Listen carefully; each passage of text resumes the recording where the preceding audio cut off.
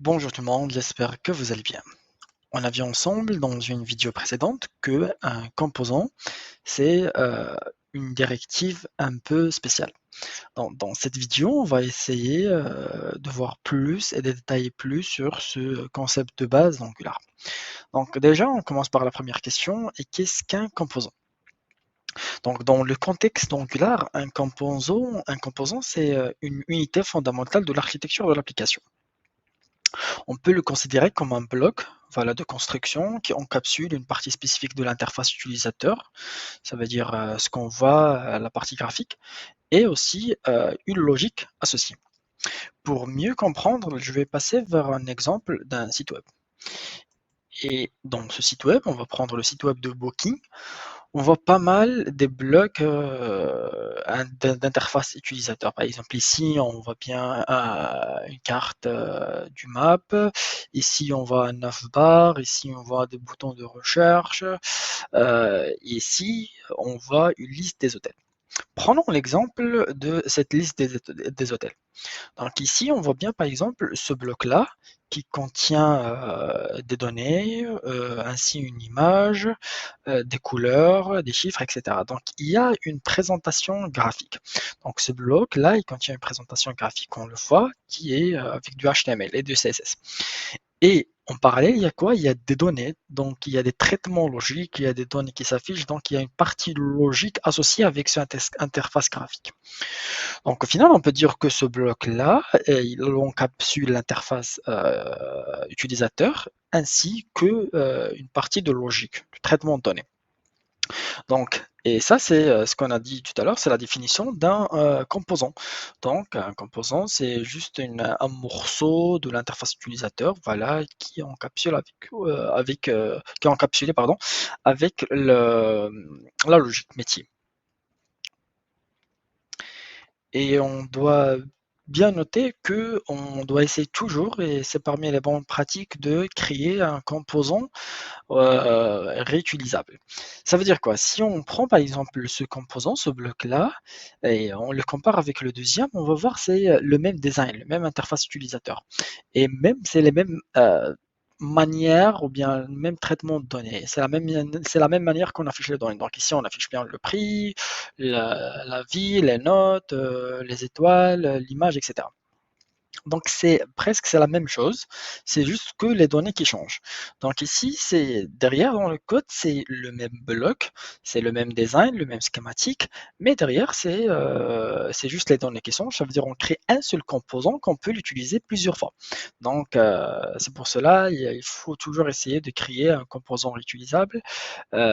C'est parmi les bonnes pratiques. Donc, passons vers le concret un peu et on va voir ensemble comment créer notre premier component ou bien composant Angular. Donc ici, j'ai un projet Angular. Déjà, avant de créer prendre notre premier composant Angular, on va parler de le composant principal. Donc le composant principal dans une application Angular, c'est le app component, c'est le composant racine. Voilà, c'est le composant, on peut le dire, père, qui englobe toute l'application et il va englober tous les composants qu'on va les créer, qui sont personnalisés. Et ce composant, il est généralement généré automatiquement lors de la création d'un nouveau projet Angular. Et on peut le dire, c'est le point start ou bien c'est le point d'entrée pour l'ensemble des composants et l'ensemble de l'application Angular. Et dès qu'on crée un projet Angular, on va le voir clairement ici, et qui contient quatre fichiers: appcomponent.html et appcomponent.css et appcomponent.spec et appcomponent.test. Donc on va revoir après cette architecture qu'on va créer notre propre composant. Donc, mais juste rappelez-vous que toujours le point d'entrée, la plupart du temps bien sûr, le point d'entrée dans notre application Angular, c'est toujours ce component qui va contenir tous les composants qu'on va créer. Et bien sûr, il y a des exceptions qu'on va aller voir après. Et c'est plus avec tout ce qui est Angular, à partir d'Angular 15, etc.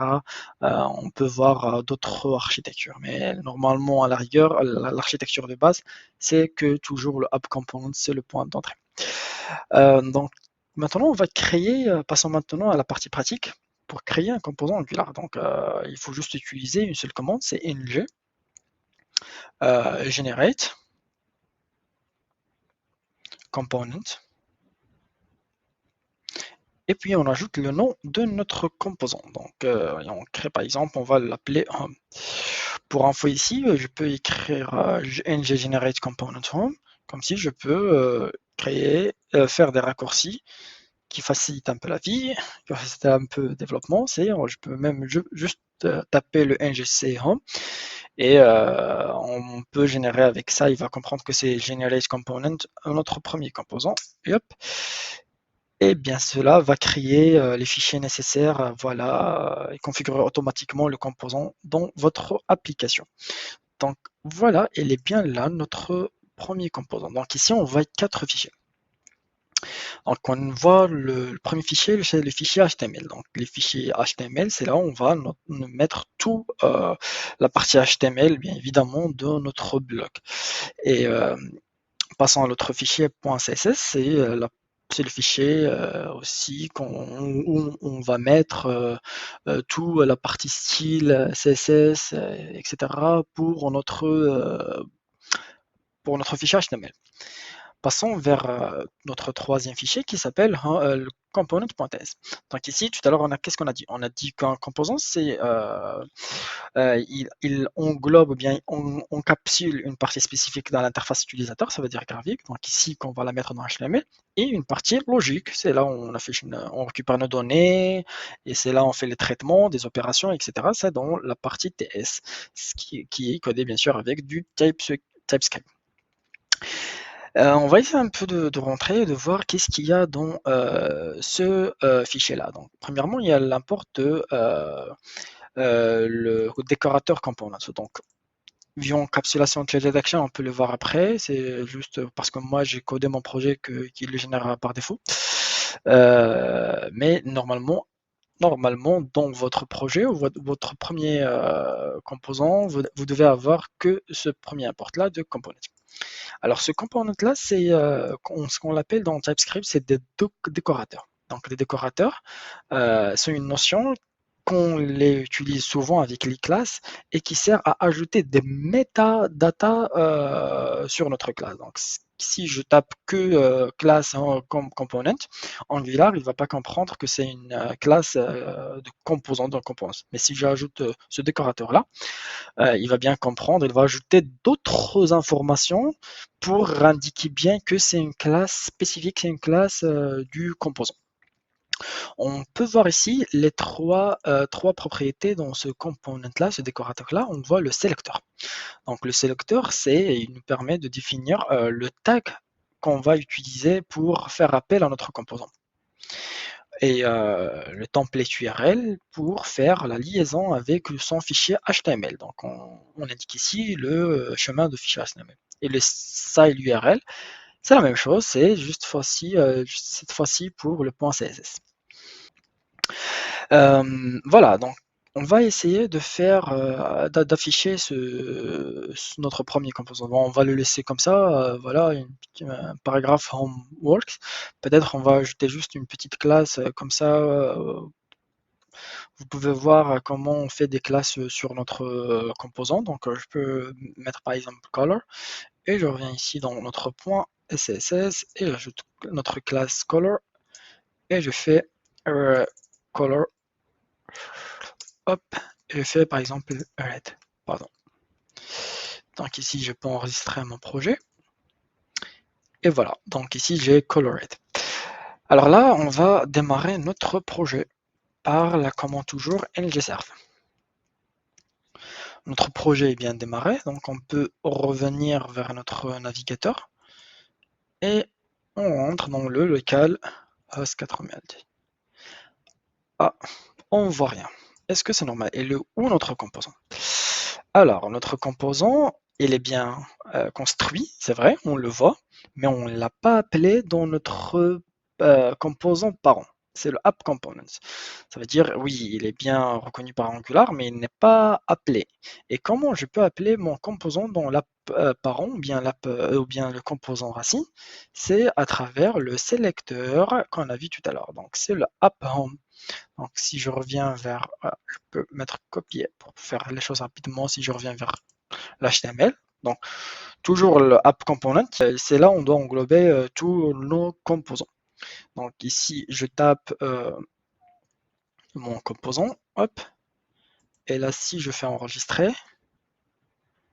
et je reviens vers l'application, je vois bien mon premier composant qu'on a créé ensemble, Homeworks, voilà, avec CSS appliqué en mettant la couleur rouge dans notre paragraphe.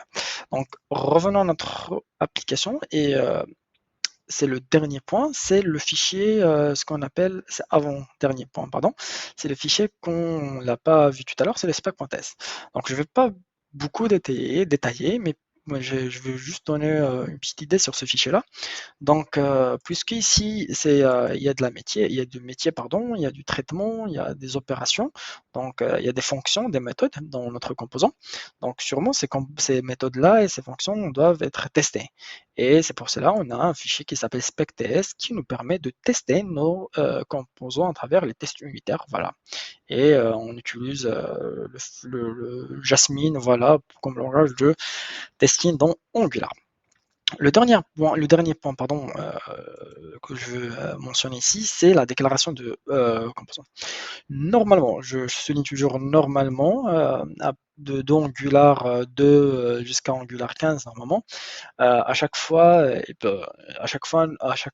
qu'on crée un composant, on doit le déclarer, il doit appartenir à un module. Et tous les modules doivent appartenir au final à l'app module.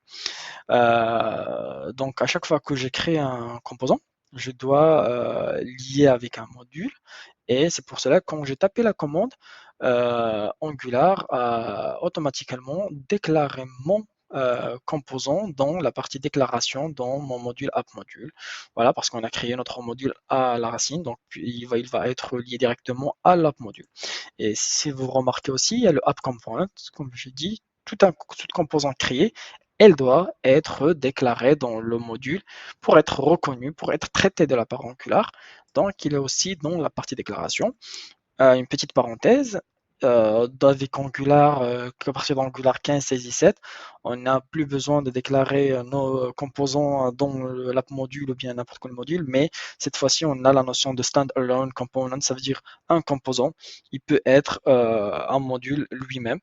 Euh, Au cas où on a besoin de faire ça. Donc, c'est juste une entre parenthèses pour les gens qui veulent plus chercher sur ce sujet, mais sûrement on va revenir sur ce sujet aussi. Donc, je vous remercie pour votre attention et j'espère que vous avez bien créé votre premier composant et je vous dis à la prochaine.